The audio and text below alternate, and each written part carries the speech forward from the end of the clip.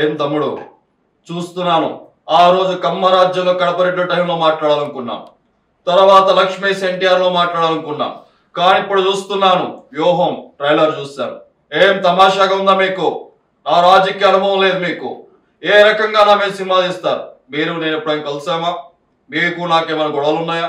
ఎందుకు నన్ను అంత నెగిటివ్ గా చిత్రీకరిస్తున్నారు? మీ ఉద్దేశం ఏంటి?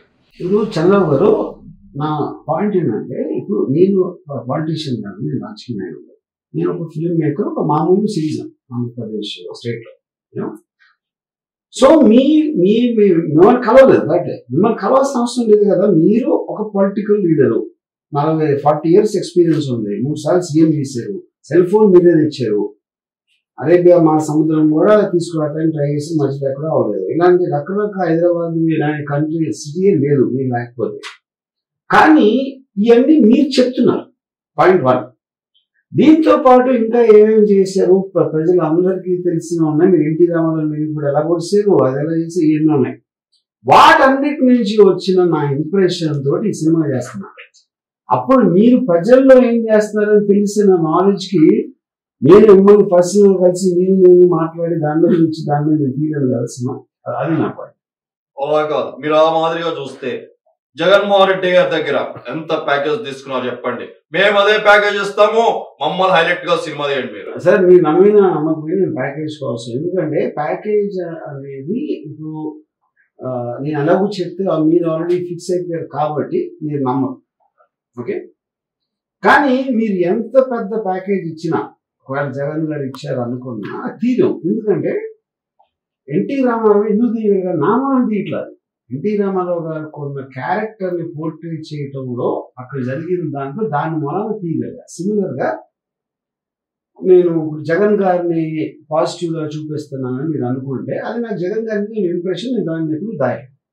ఓకే, సో మిమ్మల్ని హీరోగా పెట్టి సినిమా తీయటం అనేది ప్రపంచంలో స్టీవెన్ స్పీల్బర్గ్, జేమ్స్ కెమెరాన్ వల్ల కూడా అవ్వదు. ఎందుకంటే మీరు ఉన్నదే వినలే మొత్తం మీరు, అందుకని నేను కానీ ఎవరు కానీ మీ మీద సినిమా తీయలేదు. కరెక్ట్ గా మీరు ఎలక్షన్ మూమెంట్ లోనే సినిమా రిలీజ్ చేస్తున్నాం, దాని వల్ల నేను చాలా బాధపడుతున్నా. వారి తర్వాత చూస్తే నా కొడుకుని చాలా కామెడీగా చూపిస్తున్నారు. ఇది ఎంత వరకు కరెక్ట్ అని అడుగుతున్నాను ఈ రోజు. సో ఇప్పుడు ఎలక్షన్ లో తీయడం లేదండి, సినిమా తీసిందే ఎలక్షన్ అప్పుడు హాట్ టాపిక్ గా ఉంటది. అందరూ మీరు కానీ మీ ప్రత్యర్థులు కానీ ఎవరైనా కానీ ఉంటారు, న్యూస్ లో ఉంటారు కాబట్టి దానికోసమే తీయడం జరిగింది. అప్పుడు ఎలక్షన్ ముందు తీస్తున్నారు అనే దాంట్లో అర్థం. ఇకపోతే మీ కొడుకును కామెడీ నుంచి చూపెడుతున్నాను అని మీరు అంటే, కామెడీ నుంచి చూపెట్టకపోతే ఇంకా చూపెడతారు ఎవరైనా? మీరు చెప్పండి. అది మీరు చెప్పగలిగితే నేను చంద్రబాబు నాయుడు ఫిల్మ్ ఇన్స్టిట్యూట్ లో వచ్చి నేను మళ్ళీ నేర్చుకోవడానికి ట్రై చేస్తాను. మీరు ప్రయత్నం చేయండి. తదుపరి మీకు ఇక్కడ చెప్తున్నాను వార్నింగ్, రాబోయే ఎలక్షన్ నేనే గెలుస్తాను. అప్పుడు చూస్తాను. మీకు ముంబై మాఫియా ఉండొచ్చు, దావూద్ ఇబ్రహీం ఉండొచ్చు, కానీ రాబోయే ఎలక్షన్స్ లో విజయం వచ్చిన తర్వాత అప్పుడు చూద్దాం తమ్ముడు. అప్పటి వరకు నేంటో చూపిస్తాను. ఏం చూస్తారు అయ్యారు అనుకుందాం, ఏం చేస్తారు అప్పుడు? అంటే ఏదో చేసేసి మీ గ్యాంగ్ తీసుకొస్తారా, లేకపోతే మీకున్న పోలీస్ వ్యవస్థని మీ నౌకర్లాగా వాడుకుని ఏమన్నా చేస్తారా? అది కూడా చెప్పండి. నేను గెలిచాక చూపిస్తాను నేనేంటనే. Okay, thank you sir. అంటే నాకు ఒకటే చెప్తున్నానండి, ఇప్పుడు చంద్రబాబు నాయుడు గారి గురించి మీరు నా అభిమానం అంటున్నారు. మీరు అభిమానం చెప్పి నన్ను ఈరోజు ప్యాకేజ్ ఇస్తారు అని చెప్పి ట్రైలర్ లో చూపించడం అది ఎంతవరకు కరెక్ట్ వరం గారు? మీరు చెప్పండి. ప్యాకేజ్ ఇస్తారని నేను చెప్పలేదు, చంద్రబాబు నాయుడు మీ గురించి చెప్పారు, అది నేను చూపించాను. నేను కెమెరాతో అక్కడ ఉన్నాను కాబట్టి అది నేను తీశాను. నేను ప్యాకేజ్ ఇస్తారని ఎప్పుడు నేను చెప్పలేదు. So Chandrababu Naidu character offer చేశాను, ఆఫర్ చేసింది మీరు స్వీకరించారని కూడా నేను చెప్పలా. నేను చర్యలు చూస్తాం, ఇంకొకసారి చూడండి. ప్యాకేజ్ ఇస్తా అన్నారు, దాని మీద మీరు రియాక్షన్ ఇవ్వలేదు కదా, అప్పుడు తీసుకున్నారా లేదా అనేది సస్పెన్సే కదా, నేను చూపించింది అదే. మీరు వ్యక్తిగతంగా ఏ ఇంటర్వ్యూలో చూసినా నేను పవన్ అభిమాని అంటారు. అభిమాని ఎప్పుడు కూడా తనకు నచ్చిన హీరోని నెగిటివ్ గా చూపించకూడదు అనే విషయం మీకు ఎందుకు తెలియదు? ఇప్పుడు అభిమాని అనే దానికి నిజమైన అమ్మాయి అర్థం ఏంటంటే, తను అభిమానించే అతను చాలా బాగుండాలి, పైకి వెళ్ళాలి, అతను అనుకున్నన్ని సాధించాలి అనుకున్నవాడే నిజమైన అభిమాని. ఊరికని మీ మొహం చూపిస్తే చప్పట్లు కొట్టి బీగమనే కాకుల్లాగా మన మేకలాగా అరిస్తే అదే అభిమానం అని మీరు అనుకుంటే నేనేం చేయలేదు. నేను కేవలం మీ మంచి కోరే నేను చెప్పిన ప్రతిదీ ఒక ఉచిత సలహా. తీసుకోవడం తీసుకోపోవడం అనేది మీ జ్ఞానం మీద ఆధారపడదు. తర్వాత నాకు చాలా మంది వాట్సాప్ చేస్తున్నారు. నేను ధర్నాకి వెళ్ళినప్పుడు, చంద్రబాబు గారు అరెస్ట్ అయినప్పుడు, నేను పడుకున్నప్పుడు రోడ్డు మీద పడుకున్న ఫోటో కావచ్చు, ఎక్కడ బండల మీద పడుకున్నప్పుడు ఫోటో కావచ్చు, లేదంటే మీరు ట్విట్టర్ లో ప్రతి ఫోటోని ఎడిటింగ్ చేసి పెట్టడం వల్ల నా మనసు చాలా బాధ అనిపిస్తూ ఉంటుంది. ఎప్పుడు ఎందుకులే, సరే మనం మాట్లాడదాం, ఒక సమయం వస్తే సహిస్తాను, ఒక సమయం వచ్చినప్పుడు ఖచ్చితంగా వర్మాని ప్రశ్నించాలి అనుకున్నాను. ప్రశ్నిస్తున్నాను, దానికి సమాధానం చెప్పండి. ఇప్పుడు మీరు ప్రశ్నించిన, నా దవడ పగలగొట్టిన, నా బట్టలు తీసి పరిగెత్తించిన, లేకపోతే గుంజి పిసికి చంపేసిన, అది ఆలోచన మీకు ఉండొచ్చు. కానీ అలా చేస్తే నన్ను కాదు, ఎవరిని చేసినా మీరు ముందు బొక్కలో పెడతారు. ఇది వ్యవస్థ, నేను కాదు ఎవరు కాదు. ఇక పాయింట్ ఏంటంటే, ఇప్పుడు నేను అది పెట్టినప్పుడు అది ఉన్నది నేను పెట్టింది కదా. మీరు పబ్లిక్ డొమైన్లో ఉన్నారు, మీరు ఒక సూపర్ స్టార్, మీరు ఒక పాలిటీషియన్. సో పబ్లిక్ డొమైన్లో ఎవరు ఉన్నా సరే, ఎవరైనా సరే వాళ్ళ తోచిన విధంలో ఒక రెస్పాండ్ అవ్వచ్చు దానికి. అప్పుడు నేను 1 month ముందు మీ ఫోటోలు పెట్టాను వ్యూహంలో. మీరు అది చూసి అప్పుడు సిబిఎం గారు అరెస్ట్ అయినప్పుడు నా ఫోటోలు కాపీ కొట్టేది నేను మీ మీద అభియోగం పెడితే ఏం చేస్తాను మీరు? అప్పుడు నా ఫోటోలు నేను తీసిన అదే పోజ్లో అక్కడ మీరు కూర్చుంటే మీరు నా ఫొటోస్కి మీరు వాల్యూట్ ఇస్తున్నారు. మీరు ఆల్రెడీ చేసిన దాన్ని నేను ఇమిటేట్ చేసినప్పుడు మీరు చేయొచ్చు, కానీ నేను చేసిన తర్వాత మీరు పెడితే అప్పుడు ఎవరెవరిని అడగాలి? ఇది ఒకసారి ఆలోచించాం. అంటే వ్యక్తిగతంగా మీరు సమాధానాలు బాగానే చెప్తారు, కానీ రాత్రిపూట అంటే ఏ హీరో మీద చూపించిన విధానం కరెక్ట్. మీరు నన్ను ఎందుకు ఫోకస్ చేస్తారు? అందరికన్నా మీరు ప్రతి హీరో కాబట్టి ఒకటి, నేను 2 మీరు ఒక్కరే పాలిటీషియన్ కాబట్టి, 3వది అడ్డదిడ్డంగా ఏవి కన్సిస్టెన్సీ లేకుండా మాట్లాడే వ్యక్తి మీరు ఒక్కరే కాబట్టి. దానివల్ల అభిమానులు దాడి చేస్తారని భయం లేదా మీకు? సార్ మీ అభిమానులు, నేను చెప్తాను అది చెప్పాను ఇందాక, అది ఎవరెవరైతే ఆ ఫ్రెండ్స్ బెంచ్ మీ మీటింగ్ దగ్గర ఉండి కైకి నడుస్తారో వాళ్ళు ఫస్ట్ మీ అభిమానులు, వాళ్ళు బుర్రలేని వాళ్ళు. మీ అమ్మాయిలు లేరంటలేదు, కోట్ల మంది ఉన్నారు. మా మదర్ కూడా మీ అభిమాని. వాళ్ళు మీ సినిమాని మిమ్మల్ని అభిమానిస్తారు. మీటింగుల దగ్గరకు వచ్చి అరిసే వాళ్ళ గురించి మీరు క్యారీ అయిపోయి మీ అసలు అభిమాని మీరు దూరం చేసుకున్నారు. దాంట్లో మా మదర్ నేను కూడా ఉన్నాం. వెనుకలో మోడీ గారు ఉన్నారు, ఆ విషయం మీకు తెలియట్లేదు. మోడీ గారు లాంటి వ్యక్తిని నేను ఈరోజు ఎంతగానో నేను ఆయన వెనక నుండి ఇదంతా చేస్తున్నా. అంత గొప్ప వాళ్ళు ఉన్నప్పుడు కూడా మీరు కొంచెం కూడా భయం లేకుండా నా గురించి నెగిటివ్ ప్రచారం చేస్తున్నారంటే, నేను మళ్ళా చెప్తున్నాను, ఈ 29న సినిమా ఏ రకంగా రిలీజ్ అయ్యిద్దో, ఎలా రిలీజ్ చేస్తారో చూస్తా. ఇప్పుడు ఒకటి, మీరు మోడీ వెనకాల ఉన్నదన్నారు. నేను ఏ ఫోటో చూసినా మీరు మోడీ వెనకాల ఉన్నారు, మోడీ వెనకాల లేడు. పాయింట్ 1, అది అక్కడ రాంగ్ ఇన్ఫర్మేషన్. సెకండ్ పాయింట్, ఇది చేస్తా అది చేస్తా మీరు చెప్తానే ఉన్నారు. ఎవరినో బట్టలు ఇప్పిస్తా, లేకపోతే చొడి చేస్తా, చంపేస్తా అని మీరు పొద్దున్న లెగిస్తే పదబ్బాలు పలుకుతూనే ఉంటారు. అది ఎంతవరకు ఒక్కటి కూడా దాని నుంచి రాలేదు. సో అలాంటప్పుడు అందులో భాగంగానే ఇది కూడా నేను ఒక empty vessels make lot of noise అని ఇంగ్లీష్లో ఒక సామెత ఉంది. అది ఒక్కసారి మీరు 2 లక్షల పుస్తకాలు చదివారు కాబట్టి ఆ పర్టికులర్ ఫేస్ అర్థం ఏంటో ఒకసారి అర్థం చేసుకోండి. అంటే ఈ సినిమా ట్రైలర్ చూస్తున్నప్పుడు ఏదో అన్నయ్య నేను నిజంగా మాట్లాడుకున్నట్టు, అన్నయ్య నాకు ఏదో సలహా ఇస్తే అన్నయ్య మాట వినకుండా నేను వెనక్కి వెళ్ళిపోయి మీరు చూసినట్టుగా ఈ ట్రైలర్ లో ఎందుకు అన్నయ్య ఇన్వాల్వ్మెంట్ చేయాల్సి వచ్చింది? నాకు చాలా బాధ అనిపిస్తుంది మీరు అన్నయ్య ఇన్వాల్వ్మెంట్ చేయడం. అదే ఇప్పుడు మీ అన్నయ్య కూడా పొలిటికల్ పార్టీ, అన్నయ్య కూడా ఫిల్మ్ స్టార్ మీలాగే. మీరే మీ అన్నయ్య షూస్ సాక్స్ వాసన చూస్తారని చెప్పారు, అన్నిట్లో అన్నయ్యని తీసుకుంటారని మీరే చెప్పారు. నేను చెప్పాను అలాంటి వాటిలో ఇంత పెద్ద నిర్ణయం పార్టీ పెట్టి దాంట్లో మీరు ఎంతో కొంత మీ అన్నయ్యని చెప్పకుండా ఎట్లా ఉంటారు? ఇదే విషయం అలా అందరికీ తెలుసు, మీకు తెలుసు. సో అలా చెప్పింది, అలా ఉన్నది, అలా అలా అదే నేను ఇచ్చాను. నిజంగా వర్మ రాజకీయాలకు దూరం అయ్యే సినిమాల్లో ఎంతో ఉత్సాహంగా ముందుకెళ్తున్నాను. నన్ను ఈ ట్రైలర్ లో పెట్టి వివరమైతే గాని శౌరం అయితే గాని వివరం రాదు అన్న డైలాగులు పెట్టావు. నిజంగా నేను తమ్ముడు పెడుతున్న పార్టీకి నాకు ఎటువంటి సంబంధం లేదు, తమ్ముడికి సలహా మాత్రమే ఇవ్వగలుగుతాను. మీరు అలా చూపించడం నిజంగా నాకు చాలా ఆశ్చర్యంగా ఉంది. ఎందుకు మీరు అలా చూపించారు? అదే పాయింట్ అండి. చిన్న వైపు నేను చెప్పేది అప్పుడు చిన్న విషయం.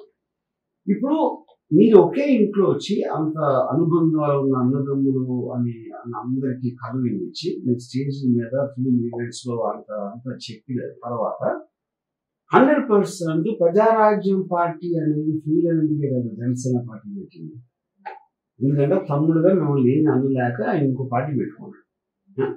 అప్పుడు మీరు అంత కష్టపడి పైకి వచ్చి పెద్ద స్టార్ అయ్యి మీ తమ్ముడు అవ్వటం వలన తనకు వచ్చిన బూస్ట్ తోటి తను కూడా స్టార్ అయ్యి దాని తర్వాత మిమ్మల్ని మీరు చేసింది కరెక్ట్ కాదు నేను చేస్తా ఇప్పుడు అని జనసేన పార్టీ పెట్టినప్పుడు ఆ జనసేన పార్టీ కూడా అత్యంత దారుణంగా ఓడిపోతే ఎంతో కొంత మీకు ఆనందం కలగకుండా ఎట్లా ఉండదు నాకు మనిషి అన్నవాడుకి ఉండకుండా ఉంటుందా అనేది అది ఊహించి నేను చేశాను. అది మీరు అనుండొచ్చు, బయట అనుండొచ్చు, లోపల అనుకుండొచ్చు, ఇంట్లో జరిగి ఉండొచ్చు. సినిమా అనేది ఇంటర్ప్రిటేషన్. గాంధీ కస్తూర్బాతో గాంధీ సినిమా తీస్తే గాంధీ కస్తూర్బా బెడ్ని ఏమాడుకున్నారు డైరెక్ట్గా ఎట్లా తెలుస్తుంది?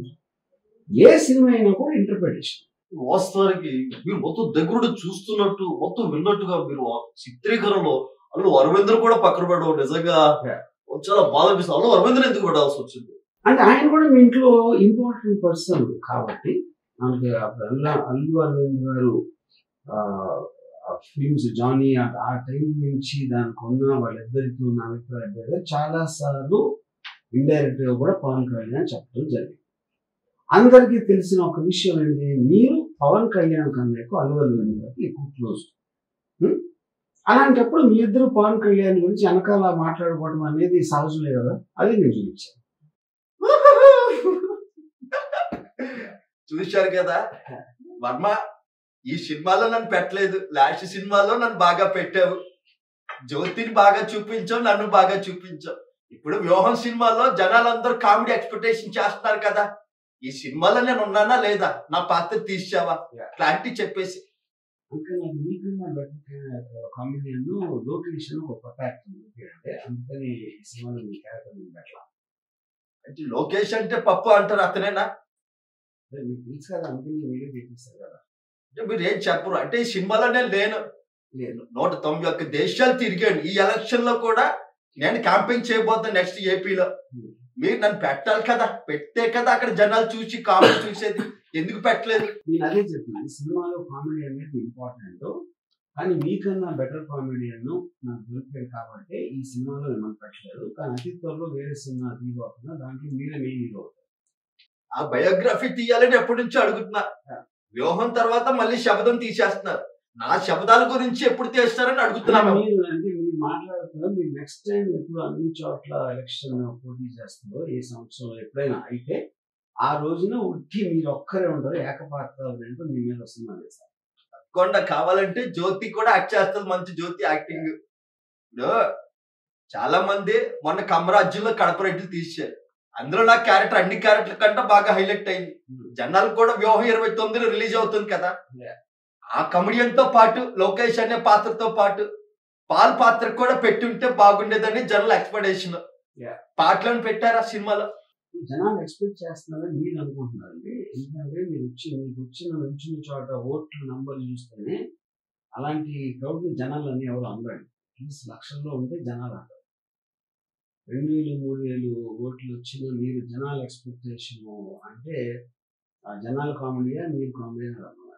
సర్వే జన సుఖినో భవంతు, సర్వజనులు సంతోషంగా ఉండాలని నాన్నగారు ఆశీస్సులతో ఈ రోజు పార్టీని స్థాపించి ఎంతో విజయవంతంగా ముందుకెళ్తున్న సమయంలో వర్మ, అటు నా అల్లుడిని అలాగే బావగారిని నేను ప్రతిసారి నీతో చర్చించాలనుకున్నా, కలిసినప్పుడు బాగానే మాట్లాడతాం. కానీ కరెక్ట్ గా ప్రతి ఎలక్షన్ మూమెంట్ లో మొన్న బావగారు జైలుకి వెళ్ళి వయసు పెద్దవైనా ఎన్నో ఇబ్బంది పడి వచ్చారు. ఇప్పుడు ఈ చిత్రంలో మళ్ళా ఆయన అలా చూపించడం, అల్లుడు అలా చూపించడం, నా పిల్లల బాధపడడం, ఇవన్నీ అవసరమా తెలుగు పరిశ్రమలో? అవసరం కనుక చేశాను కదండి.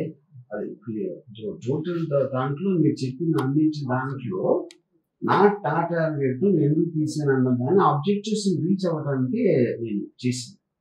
మీరేమో అంత పెద్ద కుటుంబంలో ఎన్టీ రామారావు గారి కొడుకు మీరు చేసి అక్కడ ఆ టైంలో మీరు మీ ఓన్ ఫాదర్ కి మీరు వెన్నుపోటు పొడిసినోళ్ళతో మీరు చేరి అవన్నీ చేసి దాని తర్వాత అన్ని సంవత్సరాలు అయ్యాక మీరు ఆహా ఛానల్లో దానికి జస్టిఫికేషన్ ఇవ్వడానికి కూడా మీరు సీరియల్గా ట్రై చేస్తే, నా ఉద్దేశంలో మార్వలిస్టిక్ గా మాట్లాడితే రియలిస్టిక్ గా కాకుండా అది మీరు ఇంకా పెద్ద వెనుకబడి పొడిస్తారు సీరియల్ గా కన్నా ఎక్కువ మీ ఫాదర్ అని నా ఉద్దేశం. అంటే తెలుగు చలనచిత్ర పరిశ్రమలో ఎంతో మంది ఉన్నారు, అందరి మీద తీయకుండా కేవలం అంటే ఒక బాలకృష్ణ ఉన్నారు అనే భయం లేదా మీకు? నాకు ఎవరి మీద భయం లేదండి. నేనంటే నేను కూడా భయపడను. దాని తర్వాత నాకు తెలియదు. సో పాయింట్ అది ఇప్పుడు నేను మీకు సినిమా తీయను, మీరు నాకు చేయరు, నాకు అది తెలియదు. ఇంకా పర్సనల్ గా నేను ఒక సిటిజన్ గా నా ఒపీనియన్ చెప్తున్నాను సినిమా. కేవలం ఎందుకు బావగారిని మాత్రమే టార్గెట్ చేయాల్సినటువంటి పరిస్థితి, చాలా రాజకీయ నాయకులు ఉన్నారు, ఎన్నో ఉన్నాయి. నేను కూడా పార్టీలో కీలకమైనటువంటి వ్యక్తిగా ఉన్నాను. అలాగే ఆయన అల్లుడు పాదయాత్ర చేస్తున్నాను. ఈ వ్యూహం ట్రైలర్ లో మొత్తం అల్లుడు జంతుకులు తిన్నట్టుగా అది చిత్రీకరించడం, తర్వాత బావగారిని అని ఎందుకు తెలుగు పరిశ్రమ అంటేనే మన ఇద్దరు ఒక అన్న తమ్ముళ్ళలాగా కళ్ళమ్మ తల్లి బిడ్డలాగా ఉండాలి. ఏ డైరెక్టర్ చేయని పని కేవలం మీరు మాత్రమే చేస్తున్నారంటే అది తెలుగు సినీ పరిశ్రమలో ఎంతవరకు సమన్వయం? మీరే పవన్ కళ్యాణ్ గారికి వచ్చే వాళ్ళు ఆలోచన అంటారు, మీరే లేదా బ్రెడ్ వేరు బ్రీడ్ వేరు అని మీరే అంటారు. సెగ్రిగేషన్ చేసినంత ఫస్ట్ మీరు, ఫస్ట్ ఆఫ్ ఆల్. దాని తర్వాత తెలుగు ఇండస్ట్రీ అంతా కళామ తల్లి అంటే మీనింగ్ లేదు, పాయింట్ 1. దాని తర్వాత జంతికలు చూపిస్తున్న అల్లుడిని అంటే నేను చెప్పాను, అది లొకేషన్ నేను చెప్పాలి. మీరు అనుకుంటే మీకు తెలుసు కాబట్టి మీరు ఎందుకు అనుకుంటున్నారు, కానీ ఎప్పుడు తింటా ఉంటాం, మీరు చూశారు కాబట్టి మీరు ఇన్ఫర్ చేస్తారు. అప్పుడు అది మిమ్మల్ని మీరు ప్రశ్నించుకోవాల్సిన ప్రశ్న నన్ను అడగటం కాదు. చివరిగా సూటి ప్రశ్న, ఎందుకు చంద్రబాబు అంటే ఇష్టం లేదు, ఎందుకు జగన్మోహన్ రెడ్డి అంటే మాత్రం ఇష్టం? ఎందుకు మీరు జగన్మోహన్ రెడ్డికి మిగతా ఇప్పటికీ చాలా చిత్రాలు, లక్ష్మీ ఎన్టీఆర్ ఆ సమయంలో కూడా చాలా ఆవేశపడినటువంటి సందర్భం, మరలా ఇప్పుడు ఇది ఎందుకు? దీనికి క్లియర్ ఆన్సర్ అండి, December 29th మీరు ఏదైనా మీ చాలా విలువైన సమయంలో 2 గంటలు కేటాయించి వ్యూహం సినిమా చూస్తే మీకు క్లియర్ కట్ సమాధానం చేస్తాను. సరే, నేను కూడా పెద్ద బడా నిర్మాతలు నేనే ఒక ఎన్టీఆర్ ఆర్ట్స్ తరపు నుంచి మీకు ఇస్తాను. నాన్నగారి మీద ఒక అద్భుతమైన బయోపిక్ తీయండి. రాజశేఖర రెడ్డి గారు చేసిన తప్పు ప్రచారం అది ఎందుకు కేవలం వైఎస్ కుటుంబాన్ని మాత్రమే హైలైట్ చేస్తూ సినిమాలు తీయడం, నాన్నగారి చరిత్రను చెప్పలేకపోవడం, బావగారిని నడిపించడం ఎందుకు? వర్మ గారు చాలా ఆవేశంతో అడుగుతున్నా మిమ్మల్ని. డెఫినెట్ గా మంచి ఐడియా అండి. అప్పుడు మీరు చంద్రబాబుతో కలిసి ఇద్దరు కలిసి మీ ఫాదర్ని ఎలా వెన్నుపోటుకొచ్చారు అనే ఒక దాని మీద చాలా డీటెయిల్ గా సినిమా తీయడానికి మంచి డ్రామా ఉంటుంది. అది మీరే ప్రొడ్యూస్ చేస్తానంటే నాకు ఏమాత్రం అభ్యంతరం లేదు. ఏదైనప్పుడు కూడా 29న సినిమా ఏ రకంగా రిలీజ్ చేస్తారో, ఏ రకంగా థియేటర్లో అవుతే నా తెలుగు తమ్ముడు సత్తా ఏంటో, నందమూరి అభిమానుల యొక్క సత్తా ఏంటో చూపించే సమయం నాకు వచ్చింది, బావగారికి వచ్చింది. అలాగే నా తమ్ముడు కళ్యాణ్ అభిమానులు కూడా అందరూ చూస్తారు. 29న మీరు ఒక్కలే, మేము ముగ్గురు. మీ వైపు జగన్మోహన్ రెడ్డి ఉండొచ్చు, ఎవరైనా ఉండొచ్చు, ఆర్జీవి ఎంతైనా ఉండొచ్చు, కానీ ముగ్గురు కలిస్తే ఏ రకంగా థియేటర్లో ఆడతారో రిలీజ్ చేస్తారో మేము చూస్తాం. ఇప్పుడు రజనీకాంత్ సినిమా చూస్తుండ్రు, సినిమా ఒకటే సింగిల్ గా వస్తుంది. అలాగా మీరు ముగ్గురు వస్తున్నారు, నేను సింగిల్ గా వస్తున్నా, అలాగే జగన్ కూడా సింగిల్ గా వస్తున్నారు. అంటే మీరంటే వెనకాల జగన్, నాకు తెలిసి ఇదంతా వెనకాల. నాకు వెనకాల ముందు ఎవరు ఉండరండి, ఎందుక ఏదో అన్నట్టు ఎవరు వెనకాల అది ఉండాల్సి, మీరు అందరూ పక్క పక్కన అంటారు, ఒకటి కనిపించరు, ఒకటి మాయమైపోతారు, ఒకటి మళ్ళీ తర్వాత వస్తారు. అంత ఇన్కన్సిస్టెన్సీ ఉన్న గ్రూప్ కి నేను ఫస్ట్ నుంచి నేను ఒకదాని మీద నిలబడుతున్నాను. నాకు జగన్ గారు అంటే ఒక మంచి ఇంప్రెషన్ ఉంది, సిబిఎన్ దగ్గర లేదు, దాన్ని నేను ఎప్పుడు మార్చలేదు.